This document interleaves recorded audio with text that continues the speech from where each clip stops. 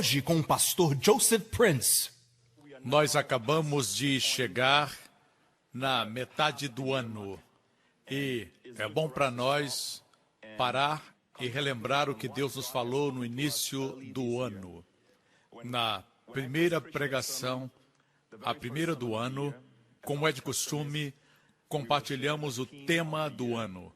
E, mais de uma vez, Deus tem falado profeticamente através de vasos terrenos. Um fato a respeito de nós é que somos vasos terrenos.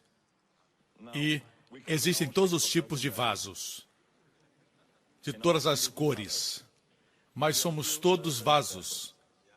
Não somos a glória, não somos o poder, mas Deus colocou sua glória dentro de vasos de barro.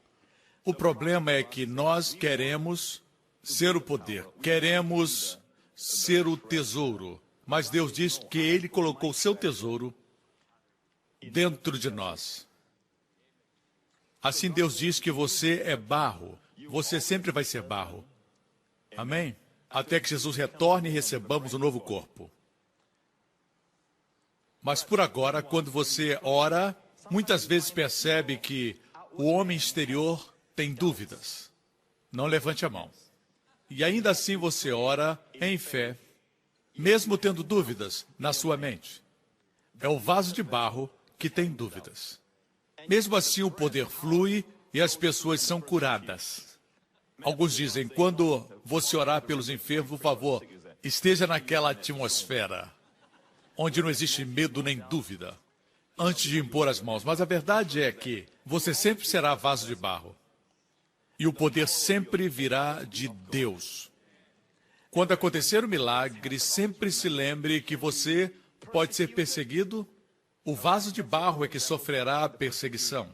Eu não gostei do que ele disse. Não foi justo. Você está sendo perseguido, talvez, de forma injusta, mas não está abandonado. Existe uma boia dentro. Você sabe aquela boia que existe no mar? Para advertir que existem rochas submersas, a boia sempre está flutuando, por mais que você tente afundá-la. Amém? Existe algo em você que quando o diabo e as circunstâncias vêm tentar afundar você, você sempre flutua no seu interior. Aí está o tesouro. Você tenta ser a pessoa mais miserável, tenta chorar o máximo para ficar deprimido, como você fazia antes de ser salvo, mas agora é diferente. Você tenta se deprimir, mas não consegue. Você tenta, mas não consegue. Você está triste, mas está alegre. Agora você está confuso. Você é derrubado, mas não é destruído. É uma tensão no nosso viver diário. Porque quando somos salvos, Deus coloca dentro de você o Espírito Santo, você tem a vida eterna de Deus.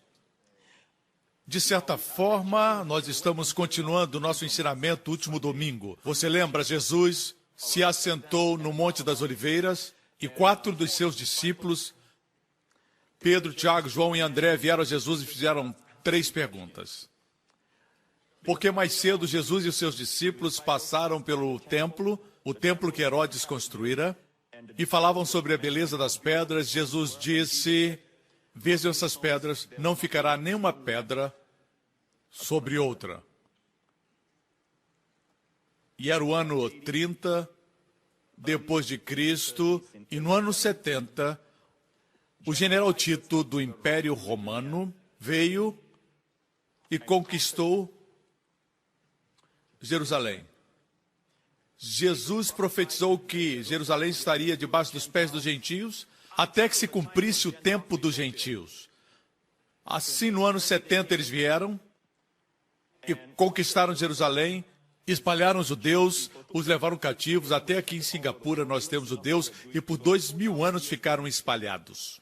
E Jesus disse que Jerusalém estaria sob os pés de um povo não judeu, conquistadores não judeus, até que o tempo dos gentios se cumprisse. Na Guerra de 6 Dias, uma guerra que só pode ser comparada à história de Josué. No livro de Josué, Josué conquistou Jericó em 6 dias. No 7º já era deles. Foi uma guerra de 6 dias. E em 6 dias, Israel conquistou mais terra. do que havia conquistado anteriormente. Quando o inimigo atacava, ele pressionava e tomava mais território. É claro que com os tratados essa terra foi devolvida, mas a verdade é que o mundo ignorava o fato que a história divina estava sendo estabelecida, as palavras de Jesus estavam sendo cumpridas. Ainda assim, não podemos dizer que é o tempo dos gentios, porque Jerusalém, o monte do templo, ainda está sob o controle dos gentios, fora do controle do judeu. Algo que Israel permitiu, apesar de terem conquistaram Jerusalém, mas a parte oriental nunca foi deles, e pela primeira vez em 2000 anos, os judeus estão caminhando nessa parte de Jerusalém que o rei Davi fez sua capital. Esse pedacinho de terra ocupa o lugar maior nas notícias. Jesus, o Filho de Deus, morreu do lado de fora de Jerusalém. Deus escolheu essa cidade. Jesus disse, quando a figueira, que é Israel, florescer e produzir folhas, essa geração que viu em 1948 Israel se tornar uma nação, que testemunhou a Guerra dos 6 Dias, não passará até que todas essas coisas se cumpram. E Jesus falava isso no Monte das Oliveiras. Imagine o Filho de Deus, o filho de um carpinteiro em forma humana, apresentando a história da Europa nos tempos do fim, chegando aos nossos dias. Ele falou dos sinais. Mas lembre-se que Mateus 24, Mateus 25, o discurso do Monte das Oliveiras, esse discurso não se refere à igreja. A igreja não vai estar lá. É sobre o povo judeu. Ele falava com os judeus. Amém? Com respeito a nós, está em João 14. Quando Jesus disse, não se perturbe o coração de vocês, creiam em Deus, creiam também em mim. E Jesus disse, eu voltarei e os levarei para mim mesmo. Essa foi uma conversa particular com seus discípulos. No cenáculo, a multidão não estava lá, era para a igreja. A igreja era um mistério. Para a igreja, Jesus disse, voltarei e os levarei para mim mesmo. Amém? Mas para a multidão, ele falou da abominação da desolação, que é o anticristo, que surgirá no templo reconstruído. Mas para nós, ele diz, eu voltarei e os levarei para mim. Não diz céu, diz para mim. O céu não é céu sem ele. Posso ter um amém? Agora, na primeira vinda, o povo de Israel estava dominado. No Antigo Testamento, o povo de Israel foi atacado inúmeras vezes porque o diabo não queria que o Salvador do mundo nascesse naquele lugar. Enquanto os judeus não estivessem no controle, as profecias do Antigo Testamento não podiam se cumprir. A primeira profecia que Deus proferiu ao homem, Adão e Eva, o primeiro casal, é que sua semente, Deus falou para a mulher, a sua semente, a mulher não tem semente, é o homem que tem semente. Deus já profetizava o nascimento virginal. A semente esmagaria a cabeça da serpente. E quando se tornasse um dragão, uma serpente gigante, o esmagaria. No Apocalipse já é um dragão, a serpente cresceu. Mas Deus diz que essa semente vai esmagar a cabeça da serpente. E a guerra começou, o diabo ouviu isso. Ele pensou que seriam os filhos de Adão e Eva, Caim e Abel. Quando ele percebeu que Deus favorecia Abel, ele fez Caim matar seu irmão. E assim por diante. Quando o diabo viu que o libertador viria libertar Israel da escravidão egípcia, ele não sabia quem seria. Ele não sabia que seu nome era Moisés. Amém? Assim, Faraó ordenou que todos os meninos hebraicos fossem mortos, por causa do medo. E chegamos até a história de Jesus. Quando Jesus veio, Herodes ordenou que todos os bebês fossem mortos. E Jesus era um bebê. Assim seria morto. Mas José, seu pai, teve um sonho e fugiu para o Egito. Eu creio que foi para Alexandria. Eu até compreendo o diabo atacando antes de Jesus. Mas depois de Jesus morrer por nossos pecados e ressuscitar para nossa justificação, sendo o nosso sumo sacerdote à destra de Deus o Pai, o desejado entre as nações, existe um homem amável no céu. Nós temos um dos nossos lá, nos representando. O sumo sacerdote não está lá para beneficiar a Deus, mas para nos beneficiar. Como um membro do parlamento, O parlamentar nos representa diante do parlamento. Ele não representa o país para nós.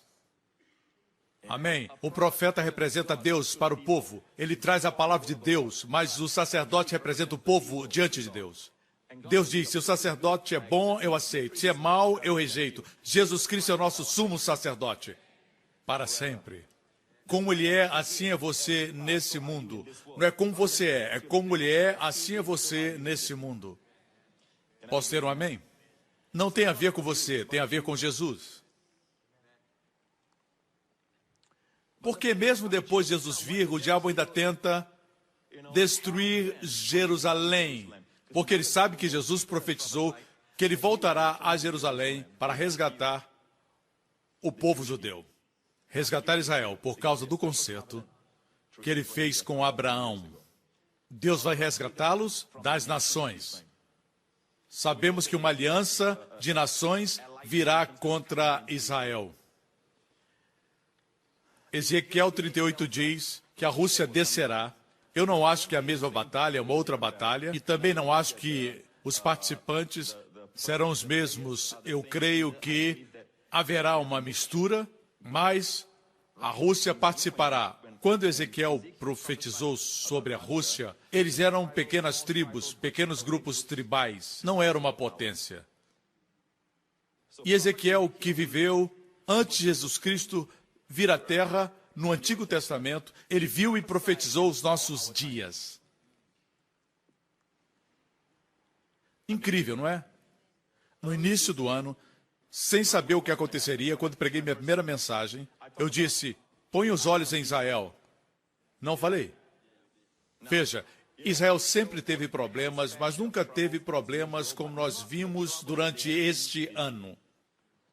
Nesse ano, eles tiveram muitos problemas e os foguetes que caíram em Israel não foram centenas, mas milhares. Temos um pequeno trecho da primeira mensagem. Este ano, olhem cuidadosamente para a nação de Israel. Veja o que acontecerá em Israel. Coisas grandes. Eu vejo que esse ano, eu não estou aqui tentando desencorajar você, mas quero dizer que vejo muito caos. Certo? Muitos problemas esse ano. Tudo isso eu falei no mês de janeiro. Se você recorda, o ano de janeiro foi pacífico. Não houve ataques a Israel, nenhum avião caiu. Assim Deus estava falando. Muitas vezes, quando você escuta o sermão profético, você não consegue provar esse sermão até se passar um tempo. Mas estou falando desse ano, ok? Como você pode dizer que uma profecia procede de Deus? Nós somos somente mensageiros. Você pode falar o que você quiser do meu ensinamento da graça, e muitos líderes, muitos pastores e outros ministérios que eu respeito se levantam contra a graça, mas confirmemos a autenticidade de um ministério quando fala antes de acontecer.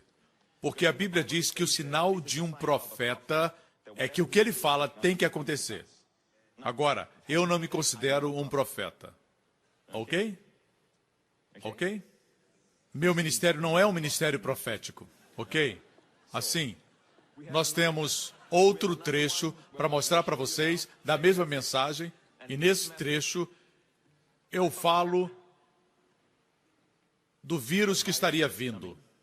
Tudo isso foi debaixo de oração. Eu sempre oro antes de pregar, eu não prego somente textualmente, mas proclamo os oráculos de Deus. É importante ser bíblico quando ensinamos, mas alguns são bíblicos, mas não ouvimos Deus falar. É importante sermos oráculos de Deus. E mesmo quando orava, eu estava profetizando. Veja aqui. Que o Senhor mantenha as enfermidades e doenças e pestilências longe de nós. Não importando o tipo de vírus, Senhor, que está vindo, seja qual for esse vírus este ano, que o Senhor mantenha o seu povo imune. Que o Senhor guarde o seu povo, Senhor. Você viu um tipo de vírus que viria este ano? Já tínhamos visto o vírus da ebola? Não. Assim, enquanto eu orava, eu vi um tipo de vírus que estava vindo, que se espalharia a partir de um ponto, e eu me opus em oração. E é assim que você deve fazer quando você ora. Você precisa sentir que Deus está conduzindo você para orar por coisas, mesmo dos detalhes, deixe Deus conduzir. Por exemplo, orando por sua filha, não ore sempre a mesma coisa. Deus, dê sabedoria à minha filha. Senhor, dê para ela sucesso. Eu oro para que o Senhor conceda a ela bons amigos. Isso é geral, mas quando orar, Deus pode dirigir você a orar assim. E ela pode estar passando por isso. Ore, Pai, em nome de Jesus eu oro para que o Senhor guarde as emoções dela, que estão desajustadas agora. Eu oro para que a paz e a tranquilidade do Espírito Santo invada seu coração e suas emoções. Dá sabedoria, Senhor. Eu oro para que ela saiba a diferença dentro do Espírito. Eu oro por revelação. Quando Deus guia você, você no seu coração diz amém. E quando você ora em um grupo, outros sentirão um amém de confirmação quando oram em espírito. Amém? Agora vamos entrar no terceiro ponto. Falei algo mais naquela mensagem que quero que você escute. Ok. Assim como os filhos de Isacar, devemos entender os tempos e as estações. O pior inimigo que você tem é o que você fez no ano passado, que deu certo. Ok? Não se conforme com o que deu certo, porque neste ano Deus vai trazer você para áreas que você ainda não está confortável. Quando digo não confortável, me refiro à sua carne. Mas Deus vai levar você para áreas onde você não se sente confortável, forte, talentoso. Deus vai levar você para que você veja o seu suprimento nessas áreas. E você vai se tornar mais forte nessas áreas. Eu profetizo para você que este ano Deus vai expor você a áreas que você não se sente confortável quanto à carne. Mas vai ser muito bom para você. Na verdade, é o amor de Deus querendo fortalecê-lo. E você vai se perguntar, por que que sempre eu estou cercado desses péssimos motoristas? Eu sempre encontro esses caras, não importa onde eu vou para um lugar e estão lá, eu vou para outro lugar e eles me encontram nesse outro lugar também. Sempre estou cercado desses péssimos motoristas. É muito simples, se sinta amado. Eu disse, sinta-se amado. Existem mãos que estão guiando você e olhos que estão vendo você. Ele está guiando você e não vai expô-lo a áreas que você está forte. Há situações onde você se sente naturalmente capacitado e diz, é muito fácil, eu tiro de letra, é como alguém que joga futebol de campo e vai jogar futsal. Só o campo que é menor. Deus não vai expor você para coisas onde você se sente forte. Esse ano ele vai expor você a áreas que você não é confortável na carne. Mas creia-me, quando eu digo isso, quando olhar para trás, vai dizer foi a melhor coisa que aconteceu. Porque agora estará forte nessas áreas. Veja, a graça supre, mas se está sempre em áreas que você já é suprido, não abre espaço para um suprimento maior. E por conseguinte não existe crescimento. Entenda bem o que estou tentando dizer. Para alguns isso já começou, talvez ontem. Você pergunta, por que isso está acontecendo? Você é amado. Está amadurecendo, está crescendo. Deus está dando o crescimento. Assim, finalmente, quero dizer para você que não importa o que você esteja passando esse ano, você diz, pastor, eu já reivindiquei o Salmo 91 e nada aconteceu comigo ainda. Alguém mais jovem do que eu foi promovido, eu não entendo, eu já reivindiquei isso. Algo que você precisa entender é que nós não estamos aqui para usar a Deus. Estamos aqui para Deus nos usar. Amém. Alguém de conhecimento limitado não pode usar o onisciente. O Deus Todo-Poderoso deve ser aquele que está nos usando, porque Ele conhece o fim antes do começo. Apesar de algumas coisas não serem confortáveis para nós na carne, mas devemos fazer. É como o meu filho, ele não gosta de comer algumas coisas, mas eu sei que é bom para ele. Eu tenho a gravação de um vídeo quando ele tinha um pouco mais de 1 ano e estava comendo seu primeiro sorvete, só provando. E ele fez uma cara, queria que você visse 10 anos depois, certo? Assim, A primeira vez que fomos expostos a coisas que agora nós gostamos, não gostávamos, não era confortável na carne. Os prisioneiros de guerra durante a Segunda Guerra Mundial, eu assisti documentários na ilha de Okinawa, eles se esconderam nas cavernas por muito tempo e escutaram relatórios ruins a respeito dos americanos, escutaram que eles os matariam, mas os americanos chegaram com muita compaixão, com comida para eles, com água para que eles bebessem, mas tinham escutado mentiras. Posteriormente saíram da caverna mulheres e também crianças. Estavam dentro da caverna por muitos meses já. No momento que viram o sol, eles retornaram para a familiaridade da caverna. Muitos dizem, eu sou um livre pensador. Na verdade, você é o pensador escuro. Seu pensamento é negro, você nem imagina. Jesus disse, se o Filho vos libertar, verdadeiramente serão livres. Verdadeira liberdade é quando você encontra Jesus. Amém. Ele é aquele que emancipa você completamente. Mas podemos ficar confortáveis na nossa escravidão. Diga para o irmão, você é confortável na sua escravidão? Deixe-me dizer para vocês algo sobre a escravidão. A resistência do homem é incrível.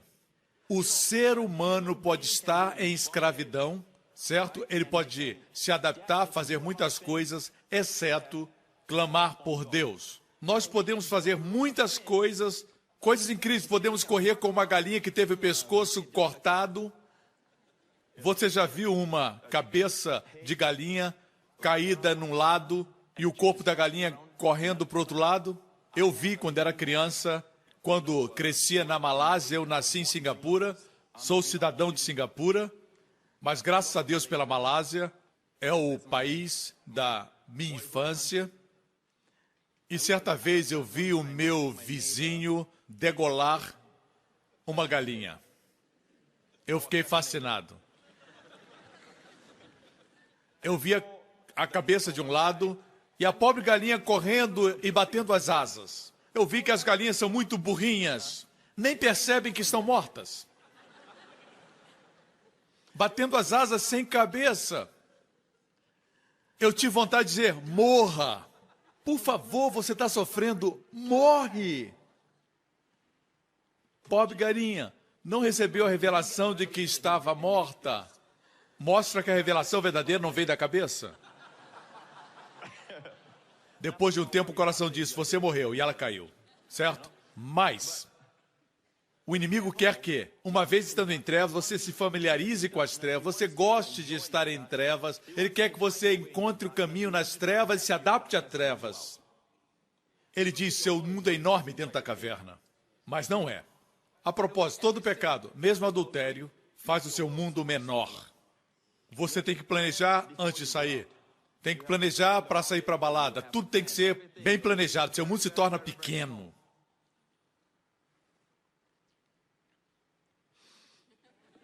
Pregue, pastor Prince. Essa mensagem é muito boa. Podemos ser escravos e achar que somos fortes. Assim aconteceu com Israel.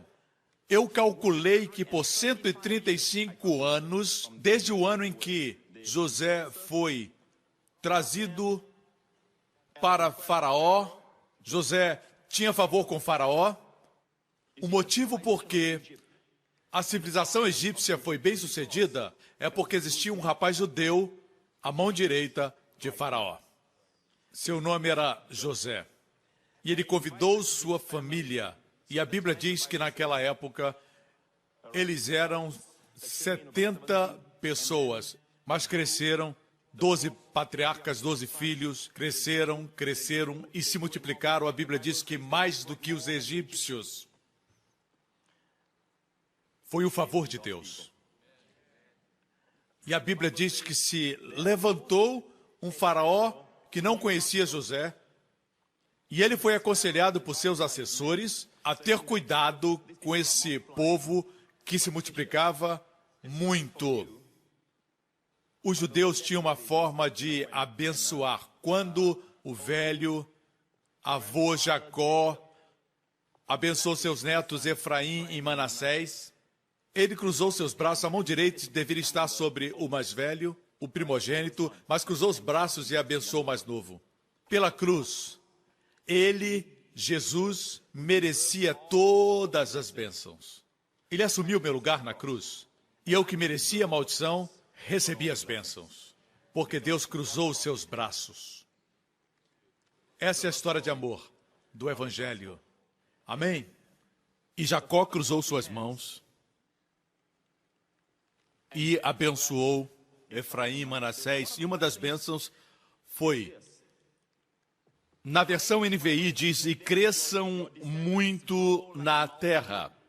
Mas no hebraico diz que se multipliquem como peixes. Isso é ser fecundo. Isso é crescimento verdadeiro. Amém? Como os peixes. Que todos vocês estão prontos para a bênção? Vocês têm mais de 50, eu vou orar uma bênção por vocês. Não querem? Amém? Vamos lá, irmãos. Deus vai renovar a sua juventude. A Bíblia diz que a bênção para o povo de Deus, Salmo 103, que Deus encherá a sua boca de bens e a sua juventude será renovada como a das águias. Como as águias. Algumas águias passam por uma renovação, onde as penas são tiradas e elas esperam, aleluia. Elas esperam no Senhor, até que penas novas e brilhantes surgem.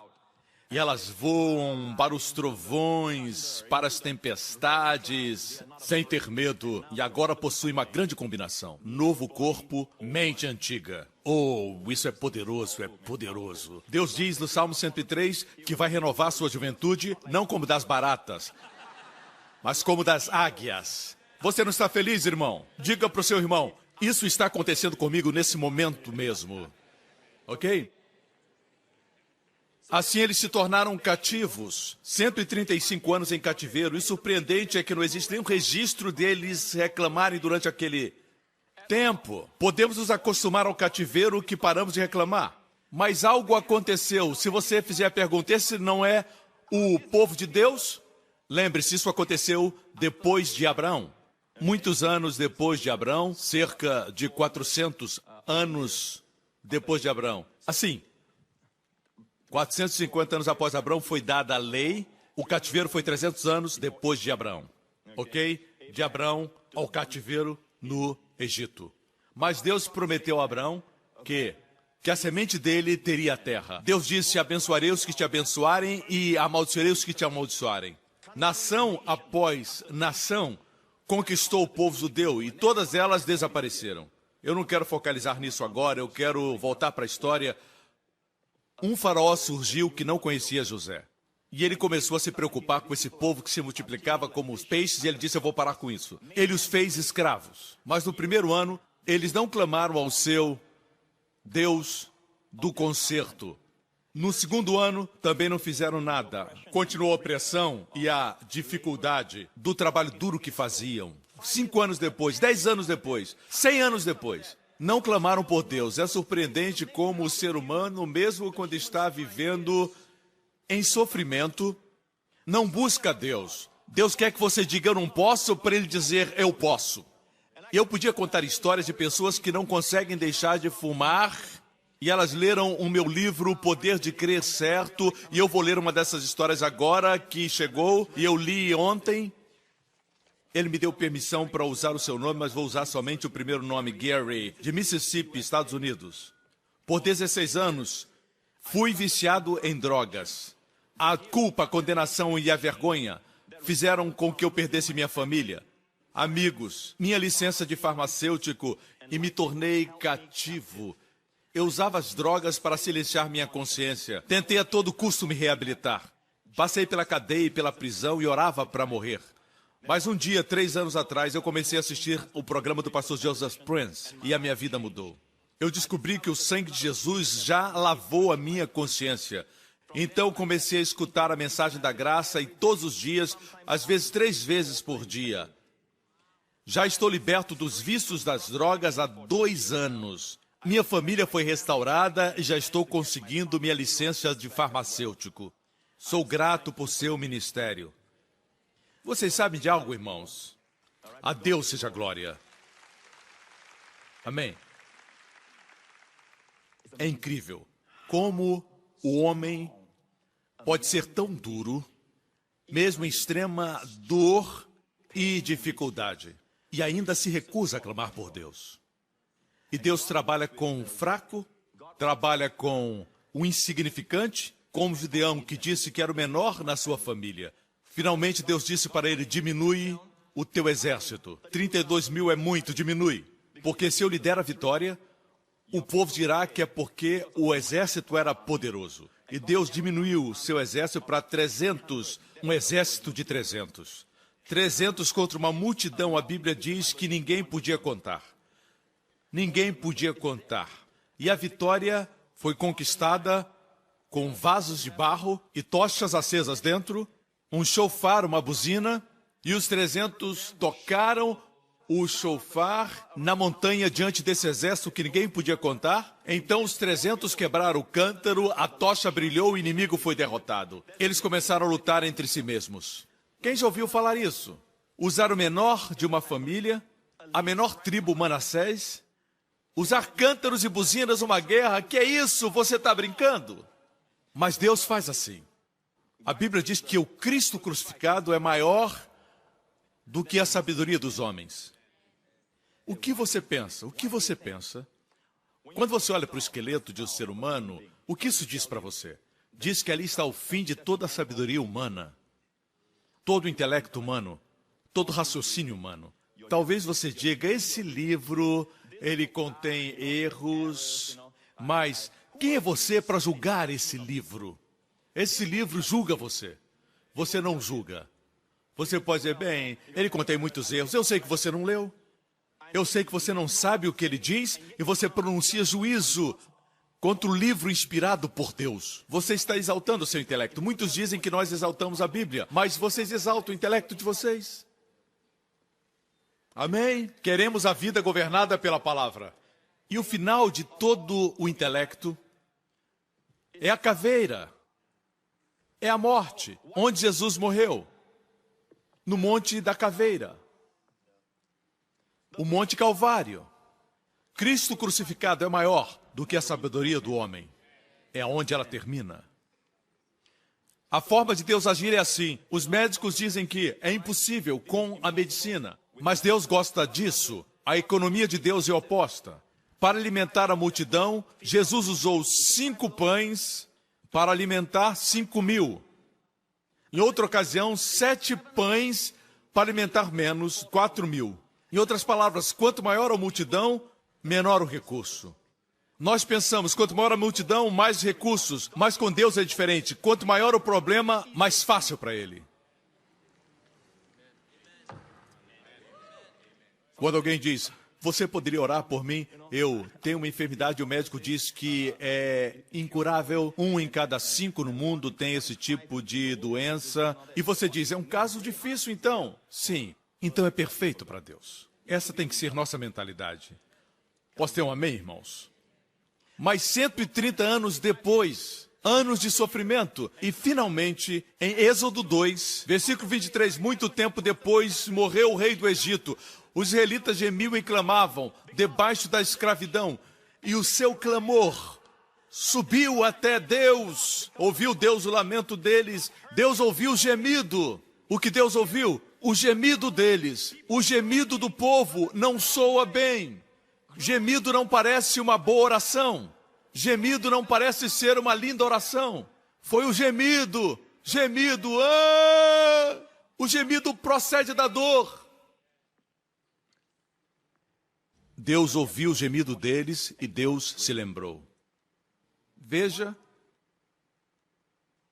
eu já preguei sobre isso, essas verdades que Deus me revelou muitos anos atrás. E existe algo que eu não li em nenhum livro.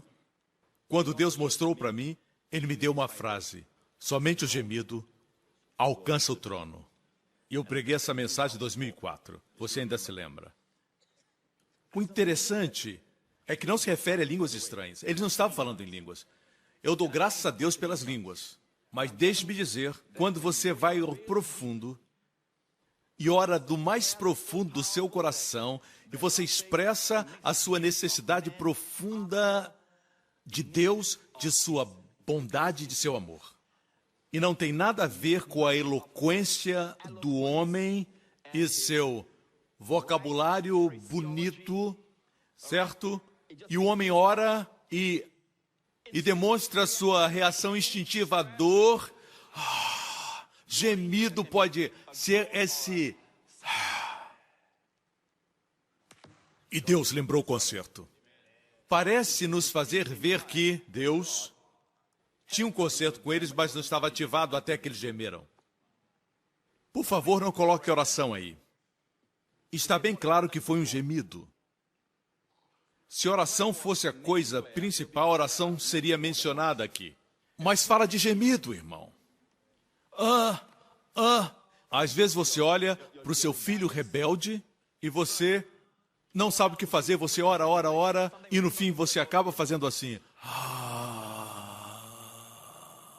E você só consegue dizer, Senhor Jesus, esse gemido é mais poderoso do que suas orações bonitas. Deixe-me dizer, irmãos, existe algo aqui que estamos perdendo. Algo que não é ensinado. Por quê? Porque não entendemos a graça. As pessoas querem ser fortes. Deus quer que você seja fraco, para que a sua força flua através da sua fraqueza. O seu poder se aperfeiçoa na fraqueza. Nós sempre queremos ser o tesouro dentro do vaso. Nós não queremos ser o vaso. Mas Deus quer manter você como um vaso. Agora entenda, o tesouro está lá. Sim, você é a justiça de Deus em Cristo. E por favor, quando disser eu sou a justiça de Deus em Cristo, termine a frase. Não diga só sua justiça, diga eu sou a justiça de Deus em Cristo. Você não é nada sem Cristo. Lembre-se que a salvação é uma pessoa. Amém? Não é algo que você consegue, Jesus fica à distância. Alguns pensam da salvação assim, eles pensam que a salvação é algo enviado por Jesus. É como se o seu amigo vivesse na América e ele envia uma encomenda, algo que você gosta. É algo caro e ele envia da América e quando recebe a encomenda você sorri. O nome do seu amigo está lá. O seu amigo não veio, o seu amigo enviou e você ficou feliz. Alguns pensam que é assim, Deus enviou a salvação dos céus, Jesus fez tudo, ele morreu, ele pagou com seu próprio sangue para o perdão dos seus pecados, para fazer você filho de Deus, fazê-lo justo, e ele enviou sua justiça com uma encomenda. Não, não, não, 1 milhão de vezes não, não foi assim. E o que então, pastor? Veja isso. Jesus caminhava em Jericó certa vez e tinha um homem pequeno que era coletor de impostos, estava em cima daquela árvore e Jesus disse em Lucas 19:10, Zaqueu, desce depressa, porque hoje quero ficar em sua casa. Escândalo da graça. E o povo se queixou quando Zaqueu desceu. Jesus sabia o seu nome, ele tinha uma má fama naquele lugar. Jesus diz, Zaqueu, desce depressa, eu quero ficar na sua casa. A demonstração do amor e a salvação para Zaqueu. Jesus era sempre muito calmo, mas aí ele pediu que ele descesse com pressa para ser salvo, antes que a porta da arca se fechasse. Ontem meu filho e eu estávamos brincando um pouco e estava trovejando lá fora e ele olhou e disse, é o dilúvio? Eu disse, sim, mas nós estamos... E ele disse, seguros na arca. Eu disse, Jesus e a arca. Filho, Jesus e a arca. Não importa o que acontece lá fora. Nós estamos seguros na arca. Mesmo quando nós caímos como cristãos, caímos dentro da arca. Não esqueça, você está na arca, você está em Cristo. Zaqueu, eu quero ficar em sua casa, eu quero ficar em sua casa. Jesus comeu com Zaqueu. Zaqueu foi tão tocado que se arrependeu sem que ninguém pedisse que ele fizesse isso. Porque a bondade de Deus nos leva ao arrependimento. No final da refeição ele disse, a metade dos meus bens darei aos pobres e se porventura roubei de alguém, eu vou devolver 4 vezes mais. E Jesus respondeu, hoje a salvação entrou nessa casa. Pare. Ele entregou a salvação como uma encomenda? Como a salvação entrou na casa de Zaqueu? Jesus é a salvação. Jesus é minha justiça Não sou eu que sou justo, sou justo, sou justo, sou justo. Quando você pensa assim, você cai. Mas temos que confessar com o coração.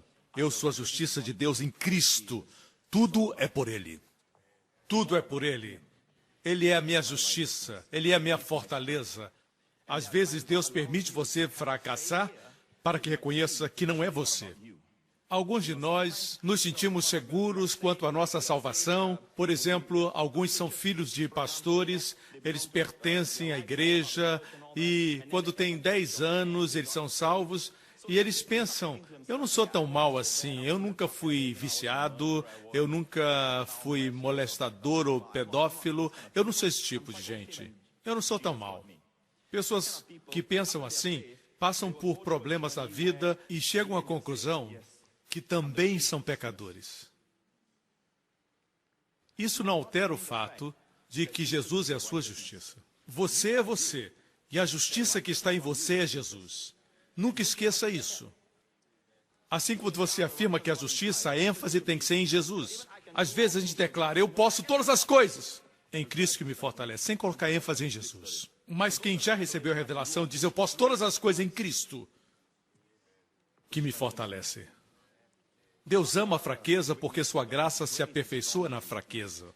Deus ama isso, não tente ajustar a sua fraqueza. Permita que a graça de Deus entre.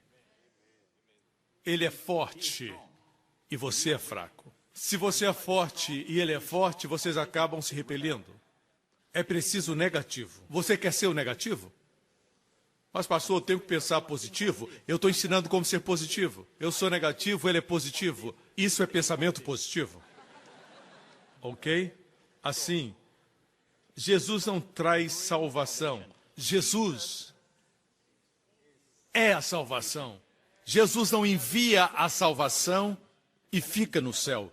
Jesus é a salvação.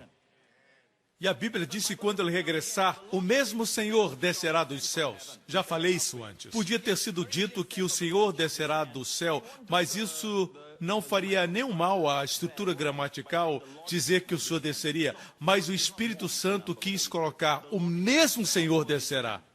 1 Pedro 2:24. Levando Ele mesmo em seu corpo os nossos pecados. Ele mesmo levou em seu corpo os nossos pecados sobre o madeiro. Levando Ele mesmo em seu corpo os nossos pecados. Em seu corpo. Para que pudéssemos viver para a justiça. E pelas suas feridas. Assim diz, Ele mesmo em seu corpo e suas feridas. Uma coisa é dizer, pelas suas pisaduras somos sarados. Isso não é um mantra. Que repetido muito, você recebe poder. Isso é uma revelação, irmãos. Ele mesmo levou nossas enfermidades. Ele mesmo. Jesus andava com os 2 discípulos no caminho de Emaús. E enquanto andava, a Bíblia diz que o mesmo Jesus se aproximou deles. Eles estavam deprimidos. Podia estar escrito, Jesus se aproximou, não estaria errado. Mas diz o mesmo Jesus. E a forma como os tirou do desespero foi explicando-lhes o que se achava nas Escrituras com respeito a Ele mesmo. Não se turbe o seu coração. Voltarei e os receberei para os céus? Não, para mim mesmo. Sabemos que o céu estará lá, mas céu sem Jesus não é céu. É sua presença nessa igreja que faz toda a diferença. É Ele. Você entende isso? Marcos 3,14 diz, e nomeou 12 discípulos, para que estivessem com Ele e para que os enviasse a pregar. Veja, para que estivessem com Ele. Nós sempre pensamos que Deus ungiu os seus discípulos para saírem e pregarem. Eu sempre ouvi isso. Por isso é importante você ler a Bíblia. Mas não diz isso, diz para que estivessem com Ele. Para viverem com Ele e todos os dias acordarem e dizerem bom dia, Jesus. Mais um dia maravilhoso com o Senhor. Amém? Para que estivesse com Ele. É a primeira razão por que nomeou os seus discípulos. Outra versão diz, e para os enviar a pregar. A palavra para aqui é riná. Riná em grego quer dizer para para estarem com ele e para os enviar a pregar e para que tivesse o poder de curar enfermidades e expulsar os demônios. Estar com ele lhes daria poder para pregar o evangelho, curar e expulsar demônios. Aleluia! Não esqueça, quando você gosta de estar com ele, você nem percebe quão séria é a sua doença, você vai pensar na grandeza dele. Amém? Vamos voltar. Êxodo 2. E ouviu Deus o seu gemido, e lembrou-se Deus da sua aliança com Abraão, com Isaque e com Jacó. Parece que o gemido ativou o concerto. Com o gemido você alcança o trono. Às vezes nós pensamos, eu preciso encontrar um lugar para orar, eu preciso orar com força por esse problema. Se você sente a dor, se o seu coração sofre, gema, Senhor Deus. É só gemer, irmão. Vai liberar você do estresse, vai tirar você da depressão. Mas isso não é o mais importante. O mais importante é que leia cuidadosamente. Parece que Deus se lembrou do concerto quando eles gemeram. Você nunca ouviu isso. Não deixe que novas coisas façam você levantar a guarda e ficar só com o que é familiar. Talvez a falta de resultados em outras áreas seja porque você não aceita essa nova verdade. Novas verdades têm que ser estudadas e confirmadas em outros textos. Ok? Assim, vamos para Êxodo 6. Deus está falando com Moisés e diz, e também tem ouvido o gemido dos filhos de Israel. Voltemos ao capítulo 2. Eu esqueci de mostrar algo para vocês. E ouviu Deus o seu gemido e lembrou-se, versículo 25, e viu Deus os filhos de Israel e atentou para a sua condição. Uma outra versão diz, e reconheceu-os. Em outras palavras, eles gemeram e Deus se lembrou da aliança com Abraão, Isaque e Jacó. Deus olhou para eles e atentou para a sua condição. Deus não despreza o seu gemido. Eu conheço pessoas que dizem, existem crentes que só vivem gemendo e lamentando. O que querem dizer é que crentes gostam de reclamar. Mas não use o gemido para reclamar, porque é uma poderosa oração quando procede do seu coração. Reclamar e murmurar não ajudam você. Voltemos a Êxodo 6. Diz a Bíblia, e também tenho ouvido o gemido dos filhos de Israel, os quais os egípcios fazem servir, e lembrei-me da minha aliança. Portanto, diz aos filhos de Israel, eu sou o Senhor. 7 coisas acontecerão, 7 promessas de Deus. A primeira, e vos tirarei das cargas dos egípcios, e vos livrarei da servidão, e vos resgatarei com braço estendido e com grandes juízos, e vos tomarei por meu povo, e serei vosso Deus, e sabereis que eu vos tiro de debaixo das cargas dos egípcios, e vos levarei à terra, acerca da qual levantei minha mão, jurando que daria a Abraão, Isaque e Jacó, e vos-la darei por herança. Essa foi a 7ª. Tudo por causa de um gemido. É poderoso, até um suspiro. Até um suspiro. Nós pensamos que temos que orar assim, ô calabarabará, ô carabalabará. Estamos usando o poder, mas é o seu poder. É o seu vaso terreno fazendo barulho. Tom, bom, bom, bom, bom, bom, bom. Tongale, tonga, tongale, tonga. Alguns se fazem de fortes, são tão fortes e silenciosos. Não gemem. Não importa a dor que estejam experimentando, eles não derramam uma lágrima. Deus não pode usar alguém assim, você sabe por quê? Porque você está fingindo ser um vaso de fortaleza. Quando você é um vaso de barro, você tem que chorar, você tem que gemer, você tem que lamentar. Deus não vai desonrar você, Ele ama isso. Quando você é você mesmo. Sempre reconheça que o poder se aperfeiçoa na fraqueza. Deus quer que você expresse seu coração. É por isso que as mulheres vivem mais do que os homens. Dizem as estatísticas. Qualquer coisa que sentem, elas falam. Os homens, quando sentem, eles...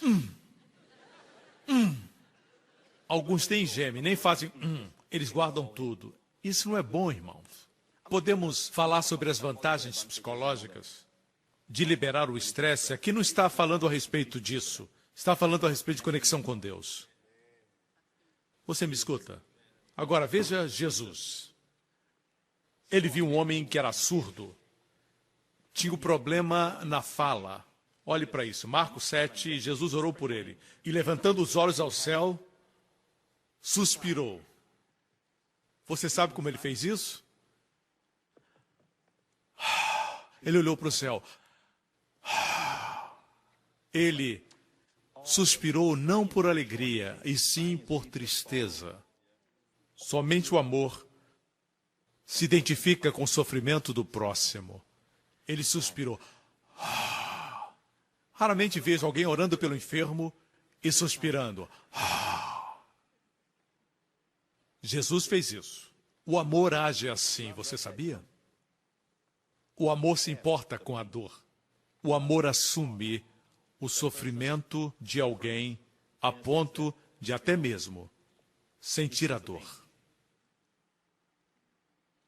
Você pode ensinar e aconselhar pessoas profissionalmente, mas o nosso sumo sacerdote se compadece com as enfermidades. Ele não está lá conhecendo nossas enfermidades à distância, ele se compadece com o sentimento da nossa enfermidade.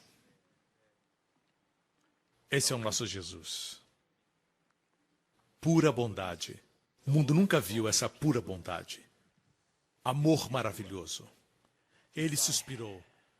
Então disse para o homem, Efatá, isto é, abre-te.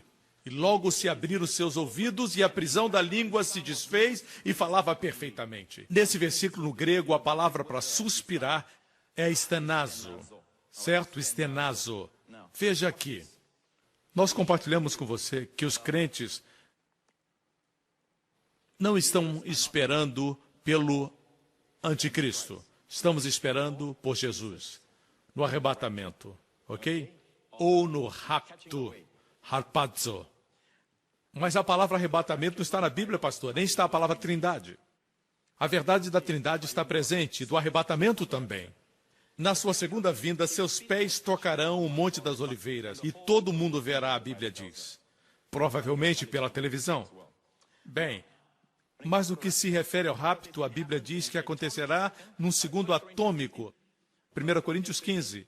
Eis aqui vos digo um mistério. Na verdade, nem todos dormiremos, mas todos seremos transformados. Os vivos e os mortos serão transformados. Todos os crentes.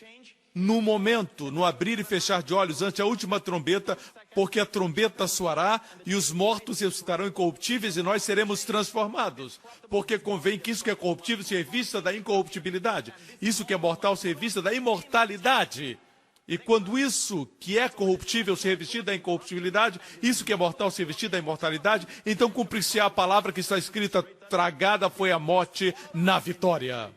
Onde está a morte, o teu aguilhão? Onde está o inferno, a tua vitória? Ora, o aguilhão da morte é o pecado e a força do pecado é a lei. Mas graças a Deus que nos dá a vitória por nosso Senhor Jesus Cristo. Portanto, meus amados irmãos, sede firmes e constantes, sempre abundantes na obra do Senhor, sabendo que o vosso trabalho não é vão no Senhor. E esse foi o último versículo do capítulo 15. O incrível é que essa verdade do arrebatamento não nos torna preguiçosos. A palavra, portanto, foi usada por causa da verdade do nosso novo corpo. Nós não estamos esperando pela morte. Não estamos aguardando que o anticristo apareça. Não estamos aguardando que a Rússia venha conquistar mais nações. Estamos olhando para o arrebatamento, que é a redenção do nosso corpo. A única coisa que nos resta nesse lado do céu é a esperança da redenção do nosso corpo, quando o Filho de Deus vai transformar os nossos corpos de humilhação, em um corpo glorioso. Ainda assim, alguns dizem que estudar as profecias faz as pessoas ficarem preguiçosas. Não. Portanto, por causa da profecia, meus amados irmãos, sede firmes e constantes, sempre abundantes. Você me acompanha? Você me escuta? Vamos para 2 Coríntios 5. Estamos concluindo. Dê um suspiro. Veja, você está orando. Você já sabe agora. Seu marido vem a você e diz, querida, eu acabei de investir no mercado financeiro e você... Isso é uma oração. Vocês estão rindo, isso parece divertido para nós, mas se você está consciente do Senhor e você... Existe muito nesse suspiro, muito nesse gemido. É uma oração. Vem do coração. Suas orações podem ser eloquentes, mas eu duvido que sejam tão profundas. A oração mais profunda é orar no Espírito. Mas aqui não é só orar no Espírito, é mais profundo ainda. Fala de gemido, 2 Coríntios 5. Porque sabemos, escreve Paulo, que se a nossa casa terrestre... Qual é a nossa casa terrestre? É o nosso corpo. A Bíblia chama tabernáculo. O verdadeiro você mora nesse tabernáculo. O meu corpo, se o meu coração parar de bater agora, o que não vai acontecer em nome de Jesus, glória a Deus, aleluia, obrigado, Senhor. Se os meus batimentos cardíacos diminuírem e pararem, meu corpo vai cair. E o verdadeiro Joseph Prince vai sair. E porque sou redimido pelo sangue de Jesus, o pecado não é mais um problema, me separando do meu maravilhoso Pai. A primeira coisa que vou fazer é dizer, como eu me sinto tão vivo. Não me refiro ao descrente, me refiro ao crente. Ausente no corpo, presente com o Senhor. É algo imediato. E você vai dizer, quem é aquele cara bonito? Aquela é sua casa terrena. Uau! O Senhor vai dizer, olhe para você agora, você está bem melhor. E sabe de uma coisa?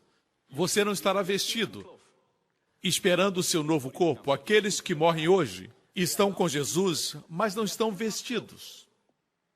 O plano perfeito de Deus é que, como Jesus, teremos um corpo real, mas Jesus, no seu corpo ressurreto, transcendia o tempo e o espaço. Ele apareceu num quarto fechado, diante dos seus discípulos. É por isso que o Senhor transformará o nosso corpo num segundo atômico, por isso no arrebatamento ninguém nos vai ver subir. Você poderá estar neste prédio, você não vai precisar dizer, ei Senhor, espera um pouquinho, eu vou pegar o elevador, espere por mim. Não, você não vai precisar disso, ele vai transformar você num segundo. O seu corpo será físico, contudo glorioso, celestial e eterno, e transcenderá tudo terreno, transcenderá a matéria.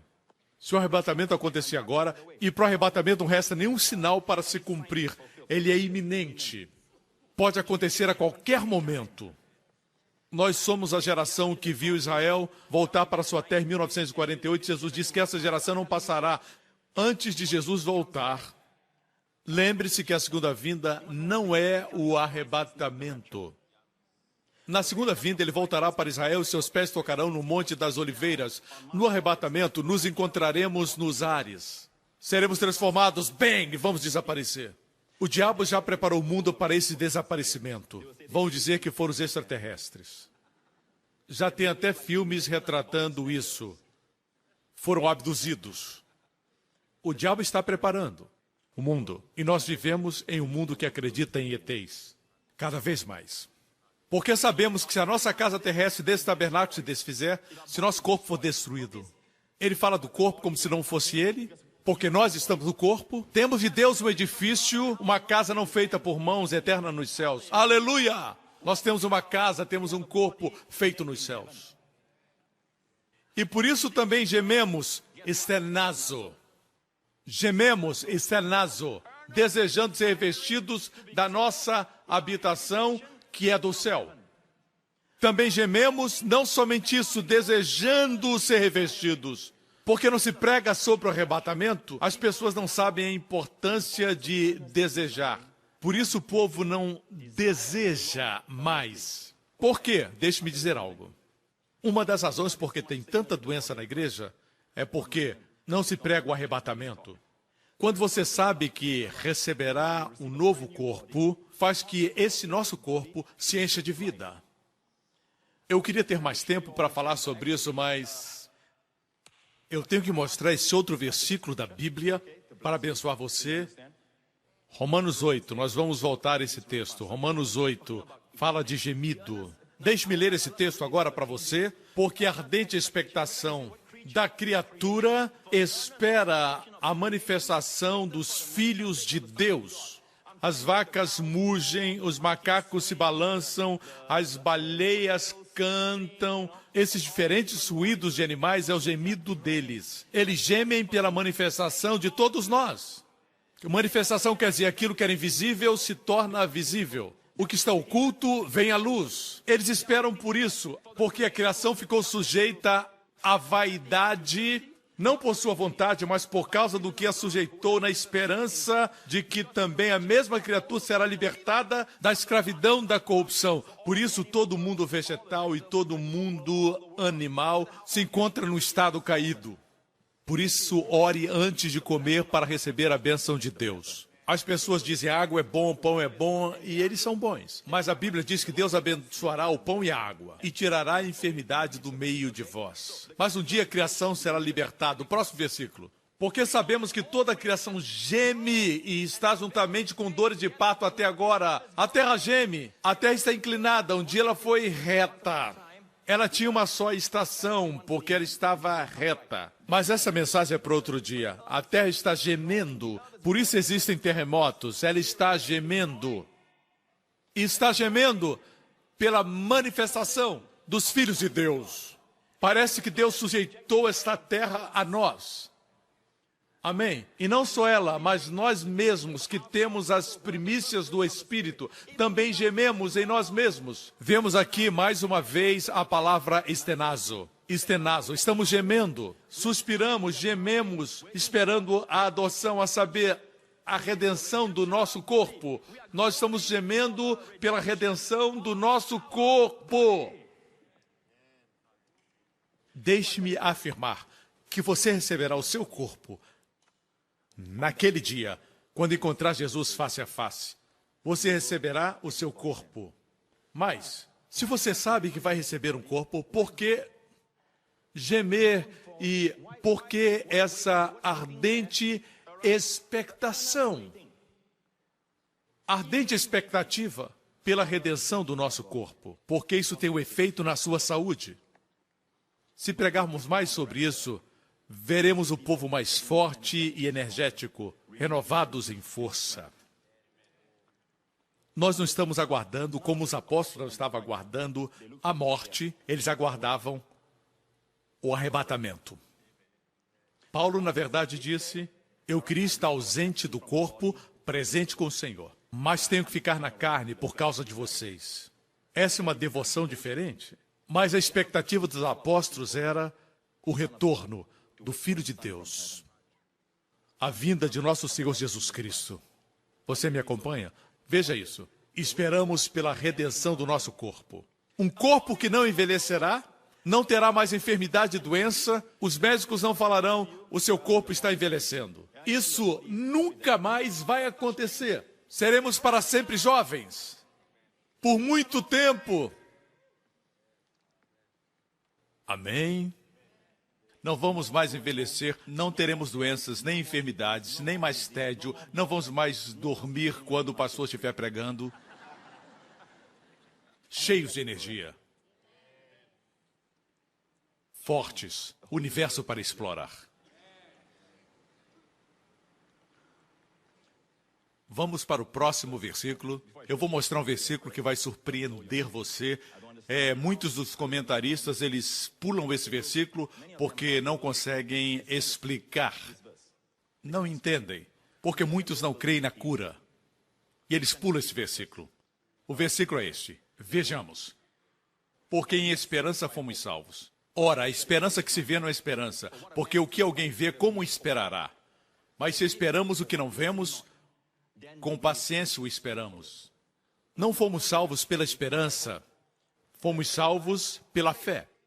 Pela graça através da fé. Somos curados pela graça através da fé. Mas você sabia que a palavra salvação, a palavra salvos aqui é a palavra sozo? Sozo, meu amigo, é salvo, mas também é curado. E também resgatado.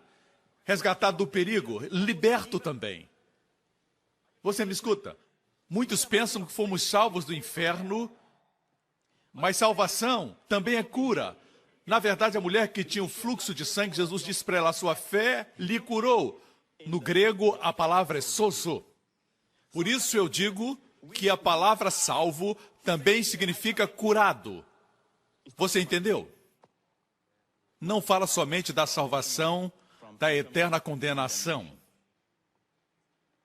Nós somos curados por essa esperança, que teremos um novo corpo.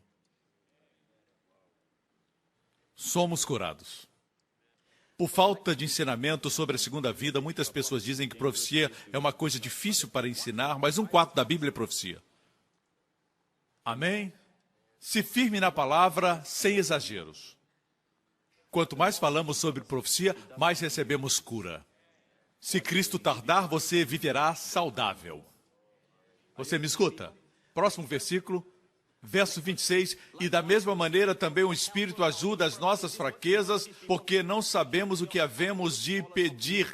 Essa palavra no grego é usada 24 vezes no Novo Testamento, 50% das vezes que é usada ou mais, fala de doença física, enfermidade física. E mesmo quando não se refere à doença física, mas mental, ainda assim eu vejo como uma enfermidade. Assim, quando diz que Jesus levou nossas fraquezas ou doenças, essa é a palavra usada no grego. Note que o Espírito Santo ajuda nas nossas fraquezas, nossas enfermidades, porque não sabemos o que havemos de pedir como convém, mas o Espírito intercede por nós com o quê? Muitas vezes ensinamos isso, não está errado falar assim, nós afirmamos serem as línguas. Não está errado. Falar em línguas é muito importante, mas o ensinamento mais claro nas Escrituras é este, que o Espírito intercede nas nossas fraquezas com gemidos.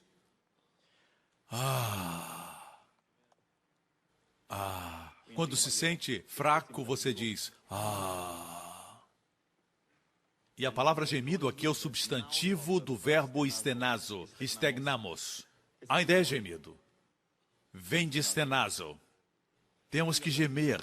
Vocês entendem, irmãos, o que eu quero dizer é que existe uma oração interior.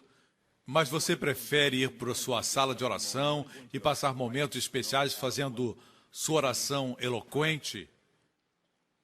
E você faz tudo, exceto gemer. Quando você geme, você está no limite. Somente um pode ajudá-lo. O gemido faz Deus lembrar do concerto. Agora é um novo concerto. Amém?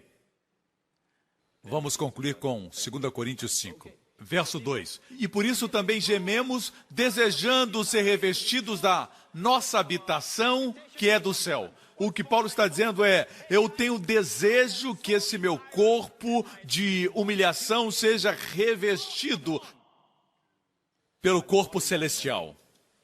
Um corpo que para sempre será saudável, nunca envelhecerá, nem morrerá, como o corpo do Cristo ressurreto. Como eu desejo esse corpo? Você deseja esse corpo? Enquanto você espera, isso afeta a sua saúde. Se todavia, estando vestidos, não formos achados nus. Em outras palavras, aqueles que morreram em Cristo, nossos amados que morreram em Cristo, não vão imediatamente estar com o Senhor. Mas, em certo sentido, são somente espírito e alma, não têm roupas. Estão despidos porque não estão vestidos o corpo glorioso. Todos seremos vestidos juntos quando Jesus voltar no rapto. Ok? Próximo versículo. Porque também nós, os que estamos nesse tabernáculo, gememos, carregados, não porque queremos ser despidos, não porque queremos ser despidos, não porque queiramos morrer, não porque queiramos nos livrar desse corpo. Veja o que diz aqui. Qual o ensinamento? Que não devemos esperar a morte, como o irmão que eu mencionei que orou para morrer. Mas isso não é bíblico. Paulo diz assim, não porque queremos ser despidos, quer dizer, deixar nosso corpo natural, mas revestidos do corpo glorioso, para que o mortal seja absorvido pela vida. Ora, quem para isso mesmo nos preparou foi Deus, o qual nos deu também o penhor do Espírito. E a palavra penhor é uma garantia de que o pagamento será efetuado. Quando isso acontecer, você terá um novo corpo, um corpo eterno. Você me acompanha? Uma passagem mais. Vamos concluir falando de Jesus. Seu melhor amigo havia morrido. Melhor, um dos seus grandes amigos, Lázaro. Alguém veio a Jesus e disse: aquele que tu amas está doente. Não o que o amava, mas a quem ele amava. Jesus aguardou 2 dias mais. E finalmente Jesus foi. A Bíblia diz em João 11, verso 33, Jesus, pois, quando a viu chorar, e também chorando os judeus, moveu-se muito em espírito e perturbou-se. Aqui temos uma outra palavra no grego, embrimaiomai, que também é gemido. É um forte gemido. Ele gemeu no espírito. Veja, eu penso que o Salvador pensava: a morte não é natural. Quando eu e você vamos a um funeral, vamos pelos vivos e não pelo morto. Porque ali está um tabernáculo. A pessoa está com o Senhor. Se não for salvo, estará em outro lugar. Mas a verdade é, ninguém gosta de funerais, nem da morte. Ninguém. E por quê? Porque Deus nos fez para a vida. Dentro de nós sabemos que não deveríamos morrer. O próprio Deus odeia a morte. O último inimigo a ser colocado debaixo dos pés de Jesus é a morte. Deus nunca quis que o homem morresse. Deus disse para Adão: não coma da árvore, o dia em que comer, você morrerá. No hebraico, morrendo espiritualmente, morrerá. Morrendo, morrerá. Primeiro espiritualmente, depois fisicamente. Deus odeia a morte. A morte é o salário do pecado. Mas o dom de Deus é a vida eterna, por Jesus Cristo nosso Senhor. Igreja, Jesus gemeu no Espírito, e eu creio que é porque ele se lembrou que ele não fez o homem para isso, tudo foi feito por ele, por Cristo. E sem ele nada do que foi feito se fez. Ele fez o homem para viver para sempre. Ele não fez o homem para morrer. Mas o homem pecou contra Deus. Deus lhe deu livre-arbítrio. Isso significa livre escolha. E ninguém pode manipular isso. O homem escolheu o pecado, o homem escolheu a morte. Ele se lembrou, e a Bíblia diz que ele moveu-se, perturbou-se.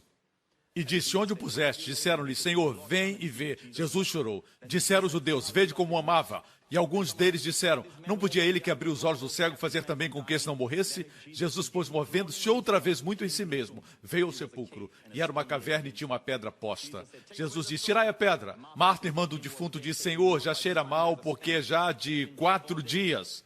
Jesus lhe disse: não te hei dito que se creres, verás a glória de Deus? Tiraram, pois, a pedra de onde o defunto jazia, e Jesus, levantando os olhos para cima, disse: Pai, graças te dou por me haveres ouvido. Alguns dizem que ele orou antes, mas eu afirmo a você, e devemos sempre analisar dentro do seu contexto, e vemos isso no mesmo capítulo. Então, o que ele orou? Voltemos ao texto. 33, moveu-se em espírito. 38, movendo-se outra vez. 2 registros de gemido. Essa foi sua oração. Quando só lhe resta gemer, libere. Não se faça de forte. Eu consigo, eu aguento, eu posso. Chore se for preciso, gema se for preciso, suspire, libere. Porque Deus, nosso Pai, é cheio de compaixão, misericórdias, bondades. Às vezes queremos ser tão fortes em nós mesmos, quando de fato somos fracos. Irmãos, eu gostaria de ter mais tempo para compartilhar com você, mas quero lhes dizer que 90% da igreja não entende esse tipo de oração. Eles dizem: isso está na Bíblia, quando eles escutam isso, mas está claro no Novo Testamento. Podia mostrar outros textos, mas não há tempo. Assim, irmãos, lembrem-se, quando você não tem uma oração, quando tudo que lhe resta é um suspiro, libere. Diga: Jesus, Jesus. Você talvez já tenha escutado alguém dizer que as pessoas só lamentam e reclamam, esse é o problema delas. Eu creio que se refere a pessoas que vivem murmurando. Mas quando você geme para com Deus, uau! E você diz: Jesus, Cheguei no meu limite, Senhor, não sei o que fazer. Oh, Jesus, Jesus. Todos os olhos fechados e cabeças baixas. Certa vez, quando minha filha estava doente, Jéssica tinha cerca de 3 ou 4 anos de idade. Eu orei, repreendi, reivindiquei Marcos 11:24. Nada acontecia. Me aproximei dela, ela estava febril, deitada na sua cama. E eu só fiz chorar. E do profundo do meu ser, eu gemi. Eu suspirei. E eu falei, Jesus, Jesus, Jesus. O suspiro não é algo agradável de se ver. Quando alguém geme, não é agradável para outros verem. É algo pessoal. E eu derramei meu coração. E o que aconteceu foi que naquela noite, tudo mudou. Isso aconteceu anos atrás, quando Deus estava me ensinando que quando o homem chega no seu final, Deus está no seu início.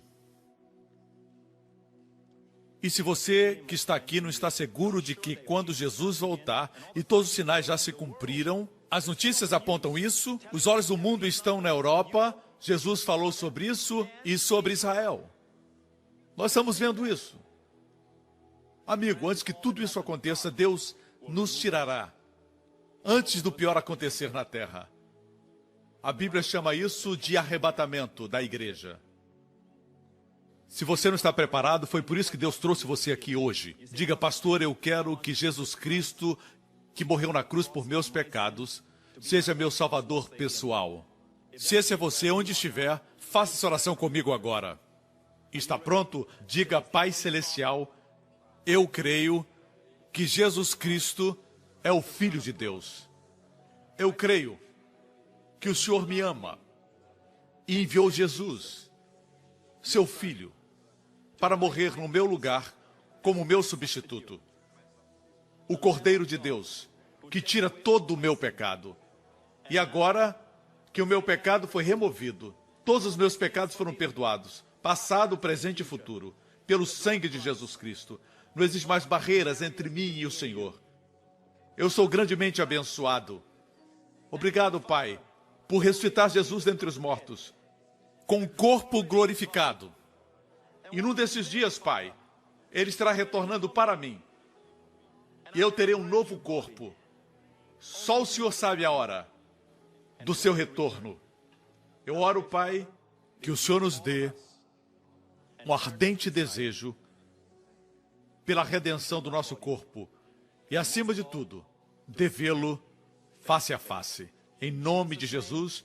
E todo o povo diga, amém. Amigo, se você fez essa oração, você é filho de Deus. Quando Jesus voltar, você vai subir. Eu disse, você vai subir.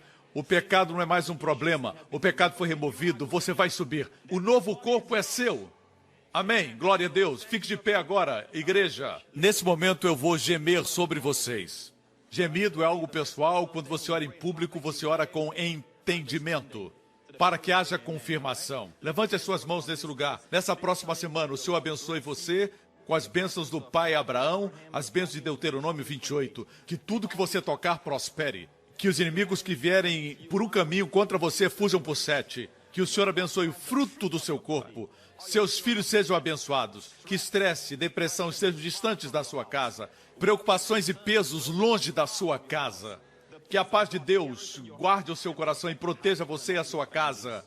O Senhor abençoe e preserve você e proteja de todo mal, de todo vírus, de toda enfermidade e doença, e até da morte, até que o vejamos face a face. Que o Senhor levante a sua face sobre você e conceda a você favor sobrenatural onde você for, e lhe conceda a paz, em nome de Jesus.